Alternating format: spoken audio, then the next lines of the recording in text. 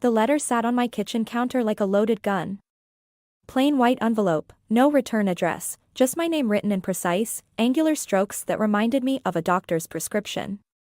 I'd found it under my door an hour ago, and since then, I'd done everything possible to avoid opening it, reorganized my protein powders. Wiped down every surface twice, even alphabetized my spice rack. Hello, wonderful listeners. Quick interaction time, where in the world did this story find you? Comment below. New here? Make it official with a subscribe. Let's get started. My name is Adelaide, and until this moment, I thought I had my life figured out. Successful fitness studio, loving fiancé, wedding plans underway. But something about that envelope made my stomach twist. I picked it up, running my finger along the sealed edge. The paper was expensive, thick, the kind Margaret, my future mother-in-law, used for her passive-aggressive thank you notes. But this wasn't from Margaret. The handwriting was too controlled, too deliberate. My phone buzzed. Ryan's face lit up the screen. Hey, babe. Mom wants to know if we're still on for Sunday brunch. Sure, I said, staring at the envelope. Listen, did you send me something today? What do you mean? A letter. Someone slipped it under our door. Silence stretched between us. Then, no, why would I send you a letter when we live together? My fingers trembled as I finally tore open the envelope. The paper inside was the same quality, filled with neat rows of typed text. Addie? You still there? I'll call you back. I hung up before he could protest and started reading. Dear Adelaide Thompson, I believe you deserve to know the truth about your fiancé. Ryan has been seeing someone else for the past 3 months. They meet every Thursday at 2 p.m. at the Riverside Hotel, room 412. The letter continued with details, specific dates, times, even what he wore. My legs gave out, and I sank onto our kitchen stool, the one Ryan had insisted on buying because it matched the granite countertops. My phone buzzed again. Ryan. I let it go to voicemail. The letter ended with, if you don't believe me, check his credit card statements.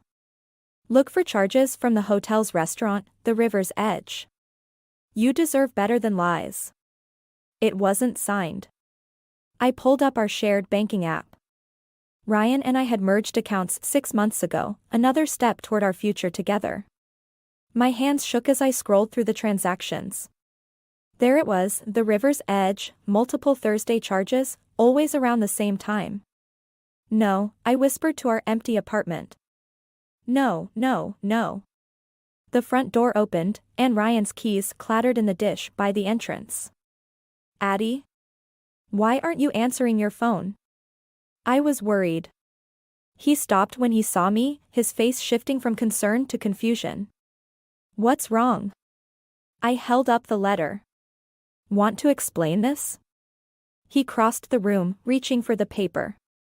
I pulled it back. Tell me first. Is it true? Is what true? Addie, you're scaring me. The Riverside Hotel. Room 412. Thursdays at 2 p.m. Ring any bells? The color drained from his face. Not denial. Not confusion. Just guilt, written across every feature I thought I knew by heart. It's not, I can explain. I stood up so quickly the stool crashed behind me. Don't. Just. Don't. Please, let me. Who is she? He ran his hands through his hair, a gesture I used to find endearing. Now it made me want to scream. It's complicated. I laughed, a harsh sound that didn't seem like it could have come from my throat. Complicated? That's what you're going with? Mom was right, he muttered, more to himself than to me. This isn't going to work. Those words hit harder than any confession could have. Your mother? What does Margaret have to do with this? He wouldn't meet my eyes. In that moment, I realized this went deeper than just an affair. Something bigger was at play, something that had Margaret's fingerprints all over it. I grabbed my keys and phone, leaving the letter on the counter between us like a declaration of war. Where are you going? He called after me. To find out the truth, I said, not looking back. All of it. Margaret's pristine dining room felt like a courtroom, and I was on trial. The china clinked too loudly against the plates as we passed dishes around the Sunday brunch table. 3 days had passed since the letter, and Ryan still hadn't given me a real explanation about the hotel. Adelaide, dear, Margaret's voice cut through the silence. I heard your little fitness studio is struggling with the new chain gym opening nearby. I set down my fork. Actually, we've had record sign-ups this quarter. Oh. She raised an eyebrow, cutting her quiche into precise triangles. How surprising. I always thought people preferred more established businesses. Caleb cleared his throat. Mom, Addie's studio has amazing reviews. Half my band members train there. Yes, well, musicians aren't exactly known for their discerning taste, are they? Margaret smiled, all teeth. No offense, darling. Ryan stayed silent, pushing food around his plate. The engagement ring on my finger felt heavier with each passing minute. Speaking of taste, Margaret continued, I ran into Claire Davidson at the country club yesterday. You remember her, Ryan? She's doing remarkable things with her interior design firm. Very sophisticated clientele. I watched Ryan's shoulders tense. Mom, please. What? I'm simply making conversation. Claire asked about you, actually. She mentioned running into you recently. My hand froze midway to my water glass. Claire Davidson. Thursday afternoons. Room 412. Isn't it time we cleared the table? Caleb stood abruptly, gathering plates.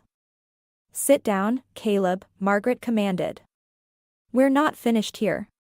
She turned to me, her eyes glittering. Adelaide, have you given any more thought to what we discussed about postponing the wedding? A long engagement can be so beneficial for really getting to know someone's true nature. That's enough. I pushed back from the table. Ryan, a word? Without waiting for his response, I walked into Margaret's pristine kitchen. The sound of his footsteps behind me was hesitant, guilty. Claire Davidson? My voice came out steadier than I felt. That's who you've been meeting? Addie, it's not. If you say it's not what you think one more time, I swear. She's helping with a project, he interrupted. A surprise. For the wedding. I laughed, the sound sharp enough to make him flinch. Right. In a hotel room. On Thursday afternoons. Everything okay, in here? Caleb appeared in the doorway, his expression concerned. Mom's working herself up to one of her speeches about family values. Stay out of this, Caleb, Ryan snapped. No, I said, let him stay. Someone in this family should witness what honesty looks like. I turned back to Ryan. Claire Davidson. The same Claire your mother tried to set you up with 3 years ago? The one she called the perfect addition to the Mitchell family? You're twisting everything, Ryan protested. Mom has nothing to do with. Oh, please. I yanked off my engagement ring. Your mother has everything to do with everything. She probably picked out the hotel herself. The ring clattered on the marble counter. Behind us, Margaret's heels clicked on the hard wood. Is everything all right? I heard raised voices. Perfectly fine, I said, turning to face her. We were just discussing your interior design consultation services. Margaret's face remained smooth, but something flickered in her eyes. I'm sure I don't know what you mean. Room 412 ring any bells? Or should I ask Claire? Adelaide, Ryan grabbed my arm. Stop this. I jerked away from him.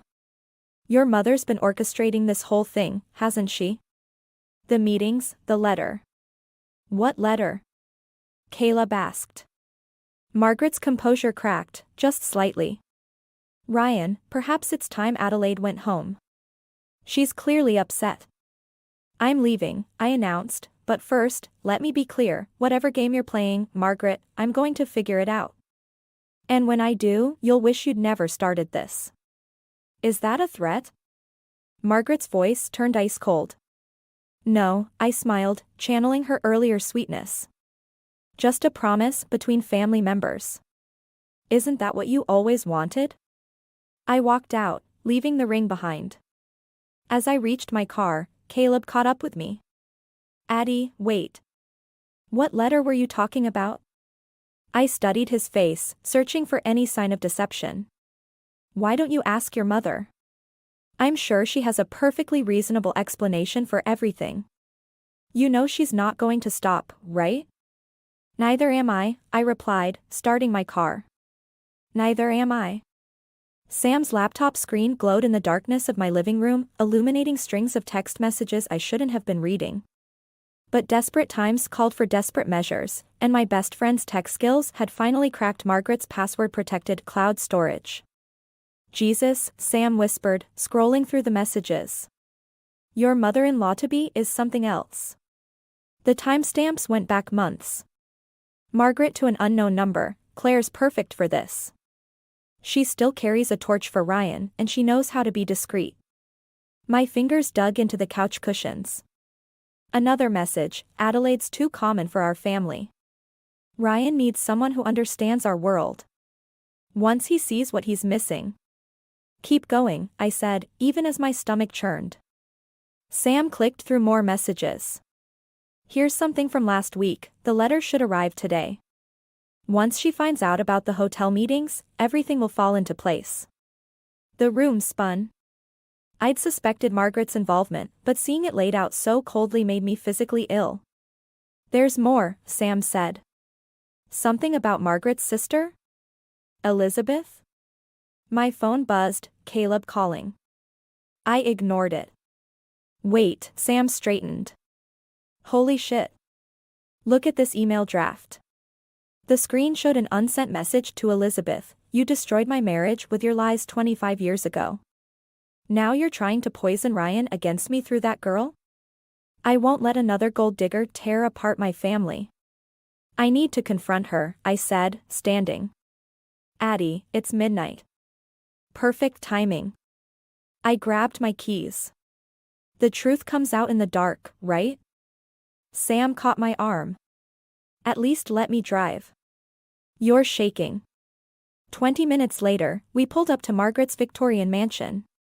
Lights blazed from the first-floor windows, she was still awake.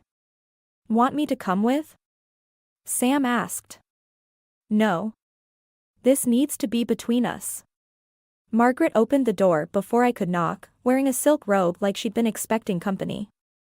Adelaide? What an unexpected surprise. Cut the act. I pushed past her into the foyer. I know about the letter. The hotel meetings. Claire. All of it. She closed the door with deliberate slowness. I'm sure I don't know what you're talking about. Really? Should we call your sister Elizabeth and ask her opinion? Margaret's composure cracked. Fear flashed across her face before being replaced by cold fury. You've been going through my private correspondence? Like you went through my life?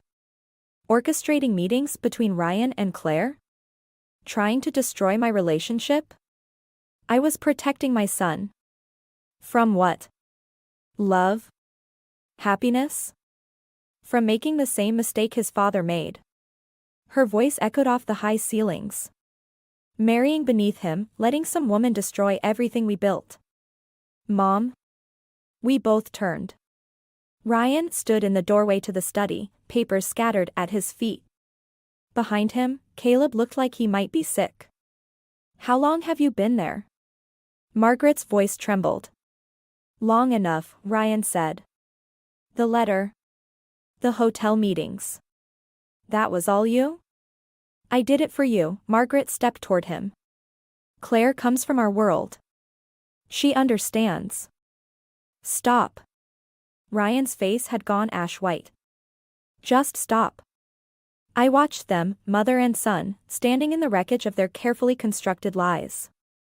Part of me wanted to savor Margaret's exposure, but another part recognized something broken in her eyes, something that mirrored my own pain. Your sister, I said quietly. Elizabeth. What did she really do? Margaret's shoulders sagged.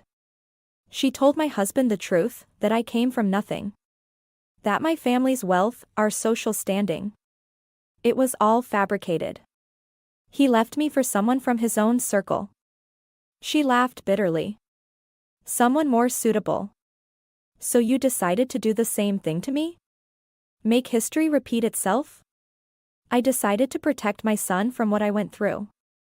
By becoming exactly what destroyed you. I shook my head. Congratulations, Margaret. You've become the very thing you hated. I turned to leave, but Ryan caught my hand. Addie, wait. Please. No, I pulled away. Your mother didn't force you to meet Claire. Didn't make you lie to me. That was all you. The truth hung between us like shattered glass, beautiful, dangerous, and impossible to put back together. The box of Ryan's belongings sat by our front door, 3 years of life together reduced to photo frames and forgotten t-shirts. He stood in our living room, keys dangling from his fingers, while I methodically removed every trace of him from our shared apartment.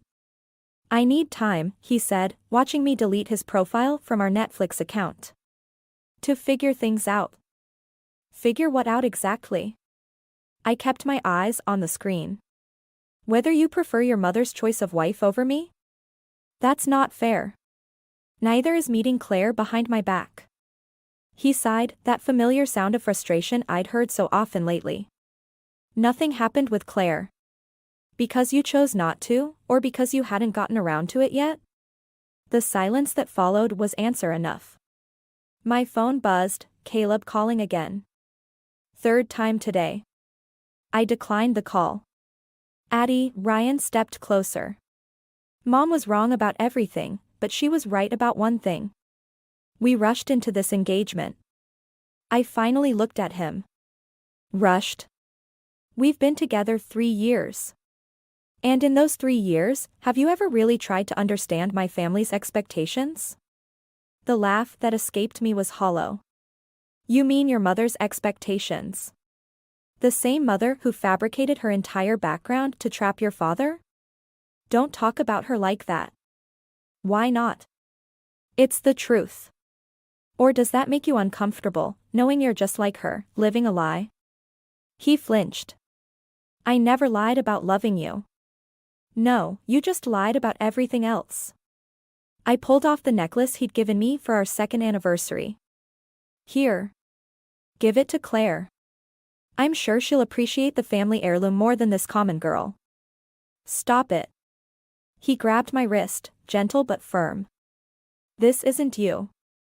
You're better than petty jabs. I jerked away. Maybe I'm tired of being better. Maybe I'm tired of being the bigger person while your mother schemes and you. You just let it happen. My phone buzzed again. This time, a text from Caleb, need to talk. It's about Mom and Claire. Important. Take your things, I said, turning away from Ryan. I'll have the rest shipped to your mother's house. I'm not moving in with Mom. No? Then where are you going? He hesitated. Claire offered her guest room. The words hit like a physical blow. Get out. Addie. Get out. The vase of flowers he'd brought last week, a guilty peace offering, shattered against the wall inches from his head. We both stood frozen, watching water drip down the wallpaper. I never meant to hurt you, he whispered. Funny how that keeps happening anyway. After he left, I sank to the floor among the scattered roses and broken glass. My phone buzzed again, Caleb. What? I answered, too tired for politeness. Claire's pregnant. The world tilted sideways. What? 3 months along. Mom's been helping her hide it while they figured out how to handle OU. His voice cracked. I'm so sorry, Addie. I just found out. 3 months. The same time the hotel meeting started. Does Ryan know? Mom's telling him tonight. I couldn't let you be blindsided again. I ended the call without responding. 3 months. While I'd been planning our wedding, picking out color schemes, Ryan had been. My mother answered on the first ring. Adelaide? Can I come stay with you for a while? Of course, sweetheart. What's wrong? Everything. I looked around our apartment, my apartment now, at all the carefully constructed pieces of a future that never existed. But I think that's about to change. I packed a bag, leaving the engagement ring on the counter next to the broken vase. Let Ryan clean up this mess. I was done being the one who always picked up the pieces. As I drove away, another text came through from Caleb. Whatever you're planning, I want to help. Mom and Ryan need to face what they've done. I smiled for the first time in days. Maybe it was time to stop being the bigger person. Maybe it was time to show the Mitchells exactly what this common girl could do. The pregnancy test lay face down on my mother's bathroom counter, a 5-minute timer ticking away on my phone. 2 weeks since I'd left Ryan, since Claire's pregnancy bombshell, and now this, the universe's cruel joke. Mom knocked softly. Adelaide? Do you want me to come in? Not yet. My voice sounded strange, distant. Like it belonged to someone else. The timer beeped. I flipped the test over, staring at the 2 pink lines that would change everything. Again. When I opened the door, Mom took one look at my face and pulled me into her arms. No questions, no platitudes. Just the familiar scent of her perfume and the steady beat of her heart against my cheek. What am I going to do? I whispered. Whatever you decide, you won't do it alone. My phone buzzed. Caleb. He'd been feeding me information about Ryan and Claire's situation, each update twisting the knife deeper. I ignored the call. I can't tell him, I said. Not after everything. Mom guided me to the kitchen, putting on the kettle, her solution to every crisis. Because you're afraid of what he'll do, or what Margaret will do. Both. Neither. I pressed my hands against my temples. Claire's already giving them the perfect Mitchell air. What's Margaret going to do when she finds out there's another baby? One from the wrong side of the tracks? This isn't about Margaret. Everything is about Margaret. The words exploded out of me.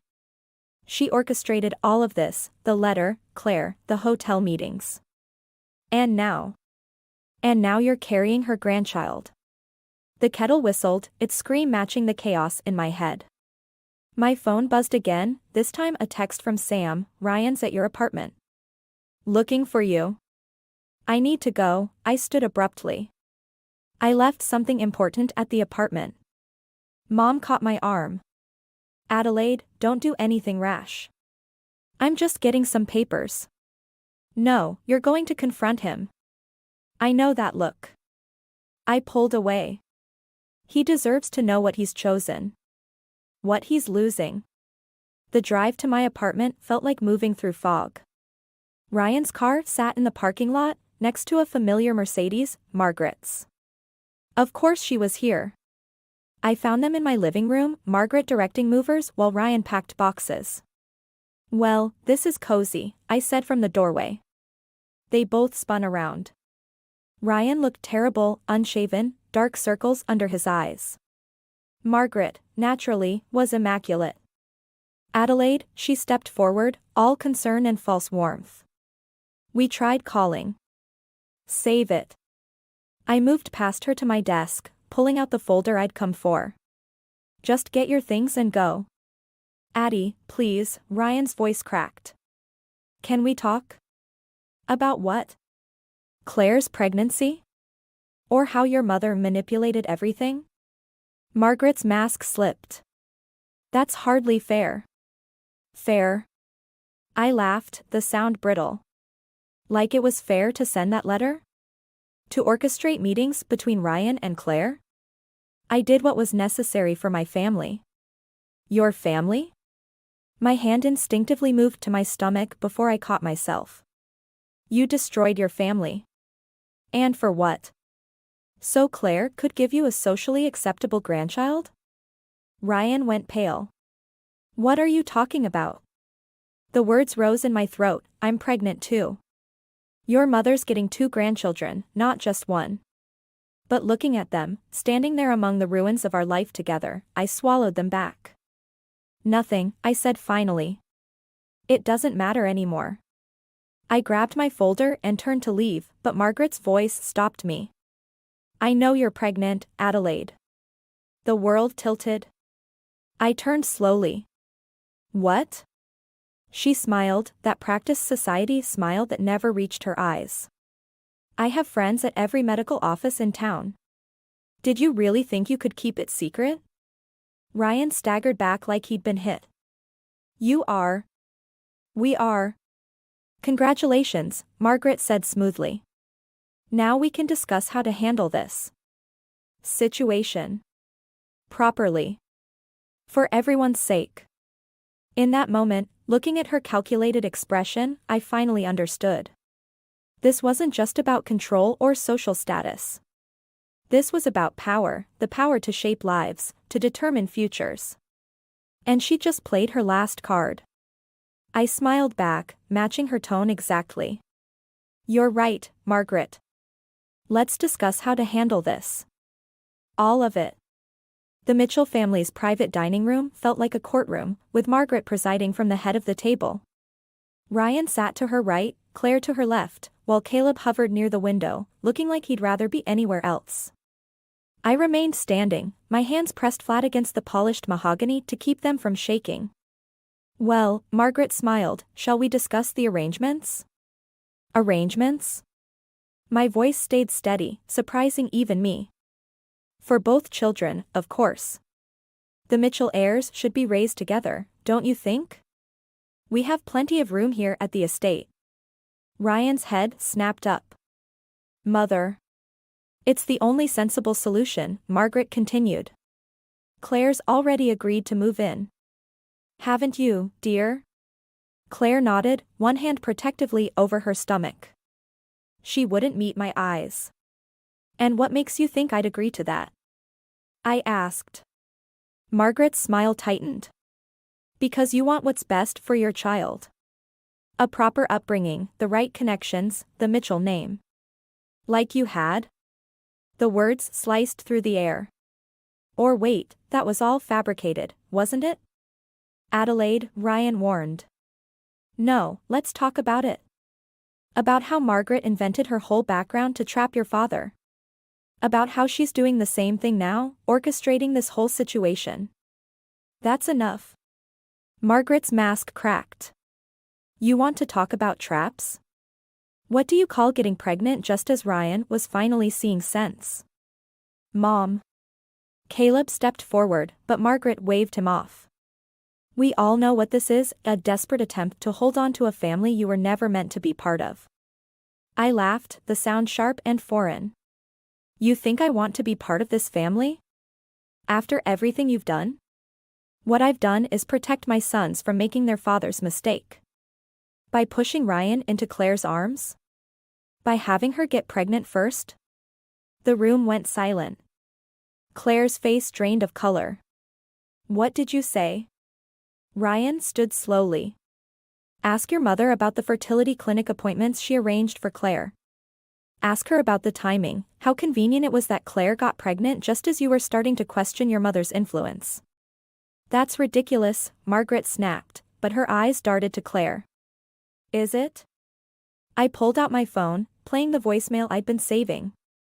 Claire's voice filled the room. Margaret, the doctor confirmed it. 3 months, just like you planned. Ryan won't be able to walk away now. The recording ended. Claire burst into tears. Ryan looked like he might be sick.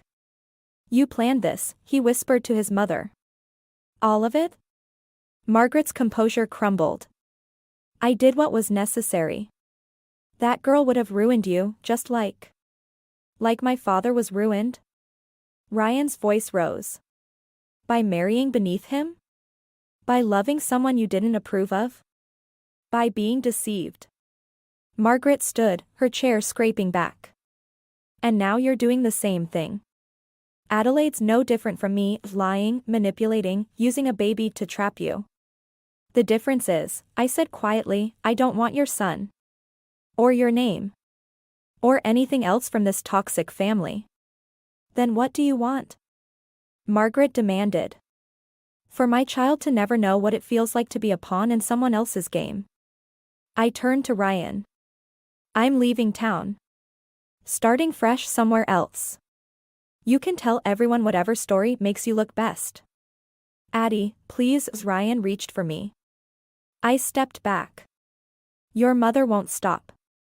She'll always see me as our child, as a threat to her perfect world. And you'll always be caught between us, just like you are with Claire. I'll fix this, he pleaded. You can't. Because you're just like her, so afraid of losing control that you'll destroy anything real to maintain the illusion. I walked out, leaving them with their perfectly arranged lives and carefully constructed lies. In the driveway, Caleb caught up with me. What you said about leaving town. I meant it. He nodded. Take me with you. I stared at him, seeing the same desperate need for escape in his eyes that I felt in my soul. Behind us, raised voices spilled from the house, the sound of a family imploding under the weight of its own deceptions. Okay, I said. Let's go. The envelope arrived 3 days after Caleb and I left town. No return address, just my name in that same precise handwriting as the first letter. Inside was a single photograph, Margaret, decades younger, standing beside another woman who could have been her twin. Elizabeth, Caleb said, looking over my shoulder. Mom's sister. I haven't seen her since I was a kid. We sat in my mother's vacation cottage, boxes still unpacked around us. The photo trembled in my hands. Why would she send this now? My phone rang, an unknown number. I answered on speaker. Hello, Adelaide. The voice was eerily similar to Margaret's, but softer. I believe it's time we met. An hour later, we sat across from Elizabeth Mitchell in a quiet cafe. She looked like Margaret's ghost, same aristocratic features, but worn by time and hardship instead of preserved by privilege. I sent the first letter, she said without preamble. About Ryan and Claire. Caleb's coffee cup clattered against its saucer. What? I've watched Margaret destroy lives for 30 years. When I heard about you, Adelaide, I knew she'd do it again. So you decided to destroy my life instead? The words tasted bitter. I decided to give you a choice, something Margaret never gave me. Elizabeth's fingers traced the photo's edge. She didn't just steal my fiancé, you know. She stole my entire life. My identity. Used it to create her perfect society marriage. That's impossible, Caleb whispered. Is it? Ask yourself why there are no family photos before your parents' wedding. Why Margaret never talks about her childhood. She took everything, my background, my connections, even my name. Elizabeth Margaret Mitchell became just Margaret Mitchell, while I became no one. My hand instinctively moved to my stomach. Why tell us now? Because history's repeating itself. Margaret orchestrating Claire's pregnancy, pushing Ryan to choose the right path. She's still trying to control the narrative, create her perfect family story. At what cost? Caleb's voice cracked. That's what I wanted Adelaide to see. Before it was too late. My phone buzzed, Ryan calling. Again. He's been trying to reach you, Caleb said quietly. I know. Elizabeth leaned forward. Margaret will never stop. She'll use both babies to maintain her control. Unless. Unless what? Unless you do what I never could. Tell the truth. All of it. The phone buzzed again. This time, a text from Sam, Ryan's here at the studio looking for you. Says it's about Margaret. I have to go back, I said, standing. Addie, no, Caleb started. Not to stay. To finish this. For all of us. I looked at Elizabeth. Will you help? She smiled, a real smile, nothing like Margaret's practiced version. I've waited 30 years to tell my story. The drive back felt like moving through a dream. We found Ryan at my studio, looking haunted. "Mom's in the hospital," he said when he saw us. She tried to. "Is she okay?" Caleb asked. "Physically, yes. But she keeps asking for you, Addie." "And Elizabeth?" Elizabeth stepped out from behind me. Ryan stumbled back. "Hello, nephew," she said softly. "I don't understand." "You will." I moved past him to unlock the studio. "Call Margaret's doctor. Tell her to expect visitors. It's time for a family reunion." "Adelaide," Ryan caught my arm. "I left Claire. After what Mom did. I couldn't. This isn't about us anymore," I pulled away gently. "It's about breaking a cycle. For all our children." In the fading light, I watched Ryan make the call, saw Caleb embrace his aunt, felt my baby move for the first time. Small moments of truth breaking through decades of lies. "Ready?" Elizabeth asked. I nodded, thinking of Margaret in her hospital bed, finally forced to face the ghosts of her past. "Ready?" Sometimes revenge isn't about destroying someone. Sometimes it's about forcing them to see their own reflection, unfiltered by the lies they've built their life upon. Margaret's hospital room felt smaller than it should have, crowded with the weight of decades of lies. She lay propped against white pillows, her perfect facade cracked by exhaustion and something that looked almost like fear. Elizabeth. The name escaped her lips like a ghost. "Hello, Margaret. Or should I say, little sister?" I stayed by the door while Elizabeth approached the bed, the truth stretched between them like a tightrope. Ryan and Caleb flanked their mother, watching this stranger who wore her face. "You had no right," Margaret whispered. "To what?" "My own life? The one you stole? I made something of it. Something better than you ever could." Elizabeth pulled out the old photograph. "Better? You built an empire on lies, Margaret. And now it's crumbling, just like mine did 30 years ago." Margaret's hands trembled. "I protected my family." "No," I stepped forward. "You controlled them. There's a difference." "Adelaide," Ryan reached for me, but I shook my head. "I'm not here for reconciliation. I'm here so your children can understand why their mother would rather destroy their happiness than lose her grip on the narrative." "They don't need to know," Margaret started. "We already do," Caleb interrupted. "About Claire, about Elizabeth, about everything." "It's over, Mom." Margaret's composure shattered. "I did it for you. Both of you. I gave you the life I never had. You gave us lies," Ryan's voice cracked. "And now there are 2 children who'll pay the price. Unless we break the cycle," I said, touching my stomach. "Right here. Right now." Elizabeth placed the photograph on Margaret's bed. "Tell them the truth, Margaret. All of it. Or I will." The silence stretched, filled with the beeping of hospital monitors and the weight of unspoken confessions. Finally, Margaret spoke, her voice small. "I was nobody. Elizabeth was everything, beautiful, sophisticated, engaged to the perfect man. I needed. To be me," Elizabeth finished. "To be better than you." The truth spilled out, how Margaret had stolen her sister's identity while Elizabeth was traveling abroad. How she'd stepped into her life so seamlessly that even their parents couldn't prove otherwise. How she'd married Elizabeth's fiancé, built her perfect world on a foundation of carefully constructed lies. "And now?" I asked when she finished. "What happens to your perfect world?" Margaret looked at her sons, then at me. "You'll tell everyone." "No," Elizabeth said. "You will. Because if you don't, if you try to maintain this facade, you'll lose them anyway. Look what it's already cost you." Ryan moved to the window, his shoulders tight. "Claire lost the baby. The stress." My heart clenched, not for the loss of Margaret's planned perfection, but for the innocent life caught in her web of manipulation. "I'm leaving town," I announced. Not running away, but moving forward. My child deserves a fresh start, away from all this. Our child, Ryan said quietly. No. My child.